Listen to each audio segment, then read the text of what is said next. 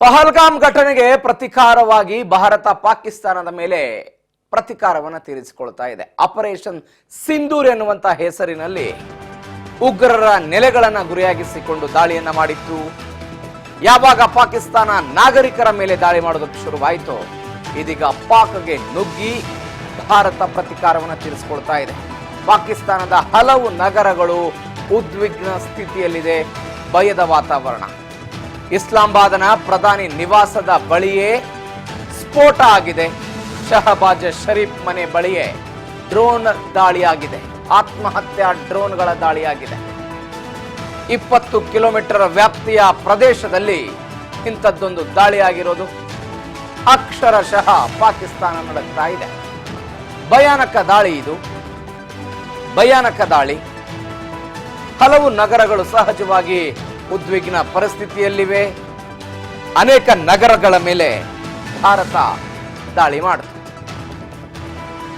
ಪಾಕಿಸ್ತಾನ ಭಾರತದ 15 ನಗರಗಳನ್ನು ಪ್ರಮುಖವಾಗಿ ಇಟ್ಕೊಂಡು ದಾಳಿ ಮಾಡೋ ಪ್ರಯತ್ನವನ್ನು ಮಾಡಿತು. ಭಾರತ ಆಪರೇಷನ್ ಸಿಂಧೂರನ್ನು ಆರಂಭಿಸಿದಾಗ ಬಹಳ ಕ್ಲಿಯರ್ ಆಗಿ ಹೇಳಿತ್ತು, ನಮಗೆ ನಾಗರಿಕರು ಮತ್ತು ಪಾಕಿಸ್ತಾನದ ಸೇನಾ ನೆಲೆಗಳು ಗುರಿಯಲ್ಲ, ನಮ್ಮ ಗುರಿ ಏನಿದ್ದರೂ ಕೂಡ ಟೆರರಿಸ್ಟ್ ಕ್ಯಾಂಪ್ಗಳು ಅಂತ ಹೇಳಿತ್ತು.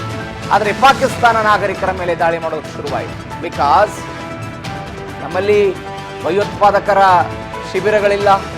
ಇದೀಗ ಪ್ರಧಾನಿ ಶರೀಫ್ ಪರಾರಿಯಾಗಿದ್ದಾರೆ ಅನ್ನುವಂಥ ಸುದ್ದಿ ಬರ್ತಾ ಇದೆ. ಪ್ರಧಾನಿ ಶಹಬಾಜ್ ಶರೀಫ್ ಅವನ್ನ ಬೇರೆ ಕಡೆಗೆ ಶಿಫ್ಟ್ ಮಾಡಿದ್ದಾರೆ, ಅವರ ವೈಯಕ್ತಿಕ ಭದ್ರತಾ ಸಿಬ್ಬಂದಿಯವರು ಅಂತ. ಮತ್ತೊಂದು ಕಡೆ ಆಸಿಫ್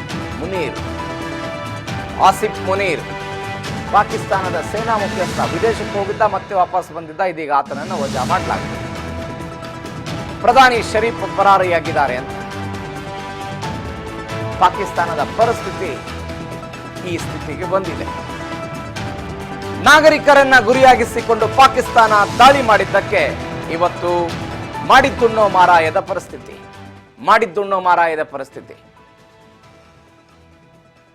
ಪ್ರಮುಖವಾಗಿ ಭಾರತ ಈ ತನಕವೂ ಕೂಡ ನಾಗರಿಕರನ್ನ ಗುರಿಯಾಗಿಸಿಕೊಂಡು ದಾಳಿ ಮಾಡಿರಲಿಲ್ಲ. ಅವರು ಭಾರತದ 15 ನಗರಗಳನ್ನ, ಅಮೃತ್ಸರ, ಜಮ್ಮು ಕಾಶ್ಮೀರದ ವಿವಿಧ ಭಾಗಗಳು, ರಾಜಸ್ಥಾನ ಸೇರಿದಂತೆ ಉತ್ತರ ಭಾರತದ ಕೆಲ ಪ್ರದೇಶಗಳನ್ನು ಟಾರ್ಗೆಟ್ ಮಾಡಿದ್ರು. ಅದರ ಜೊತೆಗೆ ಅವರದ್ದೇ ಯುದ್ಧ ವಿಮಾನಗಳನ್ನು ಕೂಡ ಹಾರಿಸಿಬಿಟ್ಟಿದ್ರು. ಅವುಗಳನ್ನು ಭಾರತೀಯ ಸೇನೆ ಹೊಡೆದು ಉರುಳಿಸಿದೆ. ಚೀನಾದಿಂದ ತೆಗೆದುಕೊಂಡು ಬಂದಿದ್ದಂತಹ ಯುದ್ಧ ವಿಮಾನಗಳನ್ನು ಭಾರತದ ಮೇಲೆ ಹಾರಿಸುವಂತಹ ಪ್ರಯತ್ನವನ್ನ HQ-9 ಚೀನಾದಿಂದ ತೆಗೆದುಕೊಂಡು ಬರಲಾಗಿತ್ತು. ಅವುಗಳನ್ನು ಹೊಡೆದು ಉರುಳಿಸಿದೆ ಭಾರತದ ಭದ್ರತಾ ಪಡೆ ಹೊರಳಿಸಿದೆ. ಇದರ ಜೊತೆಗೆ ಪ್ರಧಾನಿಗಳ ನಿವಾಸದ ಎದುರೇ ಬಾಂಬ್ ಹಾಕಲಾಗಿದೆ. ಸ್ಫೋಟ ಆಗಿದೆ ಡ್ರೋನ್ ಇಸ್ಲಾಮಾಬಾದ್ನಲ್ಲಿ, ಶರೀಫ್ ಅವರ ಮನೆ ಹತ್ರ. ಇದೀಗ ಅವರನ್ನು ಸುರಕ್ಷಿತ ಬಂಕರ್ಗೇನೋ ಕರೆದುಕೊಂಡು ಹೋಗಿದ್ದಾರಂತೆ. ಕಾಲಕ್ಕೆ ಎದುರುಕೊಂಡು ಜಗಳಕ್ಕೆ ಬಂದಿದ್ದಂತಹ ಪಾಕಿಸ್ತಾನ ಇದೀಗ ತನ್ನದೇ ಆದಂತಹ ಹೊಡೆತವನ್ನು ತಿಂತಾ ಇದೆ. JF-17 ಮತ್ತು F-16 ಯುದ್ಧ ವಿಮಾನವನ್ನ ಹೊಡೆದುರುಳಿಸಲಾಗಿದೆ. ಭಾರತ ಪಾಕಿಸ್ತಾನದ ರಾಜಧಾನಿ ಇಸ್ಲಾಮಾಬಾದ್ ಅನ್ನು ಗುರಿಯಾಗಿಸಿಕೊಂಡು ದಾಳಿ ಮಾಡ್ತಾ ಇರೋದು.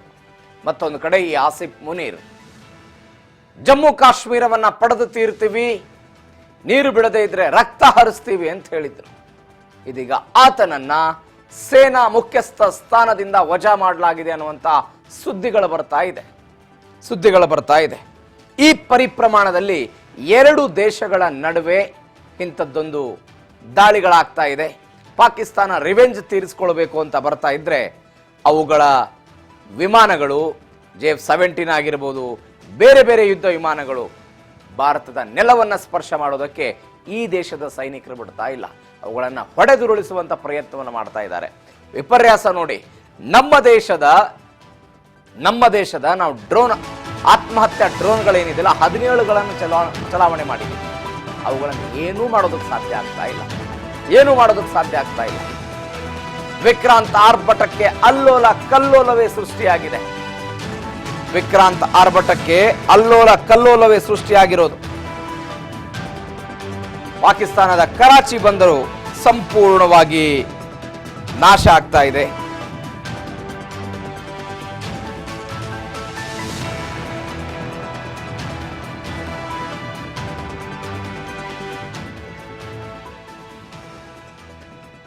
ವಿಕ್ರಾಂತಿನಿಂದ ಕರಾಚಿ ಬಂದರಲ್ಲಿ 10ಕ್ಕೂ ಹೆಚ್ಚು ಸ್ಫೋಟ ಅಂತ.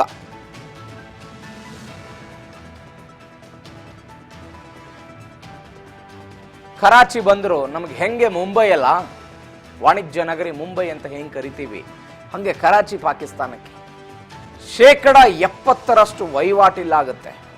70% ರಫ್ತು ಮತ್ತು ಆಮದು ಅರಬ್ಬಿ ಸಮುದ್ರದ ಮುಖಾಂತರ ಈ ಕರಾಚಿ ಬಂದರಿನಲ್ಲಾಗುತ್ತೆ. ಆದರೆ ಇದೇ ಕರಾಚಿ ಬಂದರನ್ನ ಟಾರ್ಗೆಟ್ ಮಾಡಿ ಭಾರತ ಇವತ್ತು ದಾಳಿ ಮಾಡಿದೆ. ಆ ಮುಖಾಂತರ ದೊಡ್ಡ ಹೊಡೆತ ಪಾಕಿಸ್ತಾನಕ್ಕೆ ಬಿದ್ದಿದೆ. ಒಂದು ಕಡೆ ವಾಯು ಮಾರ್ಗದ ಮುಖಾಂತರ ಬರ್ತಾ ಇರುವಂತಹ ಕ್ಷಿಪಣಿಗಳು, ಅವುಗಳನ್ನ ಇವತ್ತು ಭಾರತ ಹೊಡೆದು ಉರುಳಿಸ್ತಾ ಇರೋದು. ಮತ್ತೊಂದು ಕಡೆ INS ವಿಕ್ರಾಂತ್ ಸಮರಾಭ್ಯಾಸ ಮಾಡ್ತಾ ಇದ್ರು. ಕಳೆದ 10-12 ದಿನಗಳಿಂದ ಸಮರಾಭ್ಯಾಸ ಆಗ್ತಾ ಇತ್ತು. ನಿನ್ನೆ ಏಕಾಏಕಿಯಾಗಿ ನೌಕಾಪಡೆ ಕೂಡ ಇದರಲ್ಲಿ ಎಂಟ್ರಿ ಕೊಡ್ತು.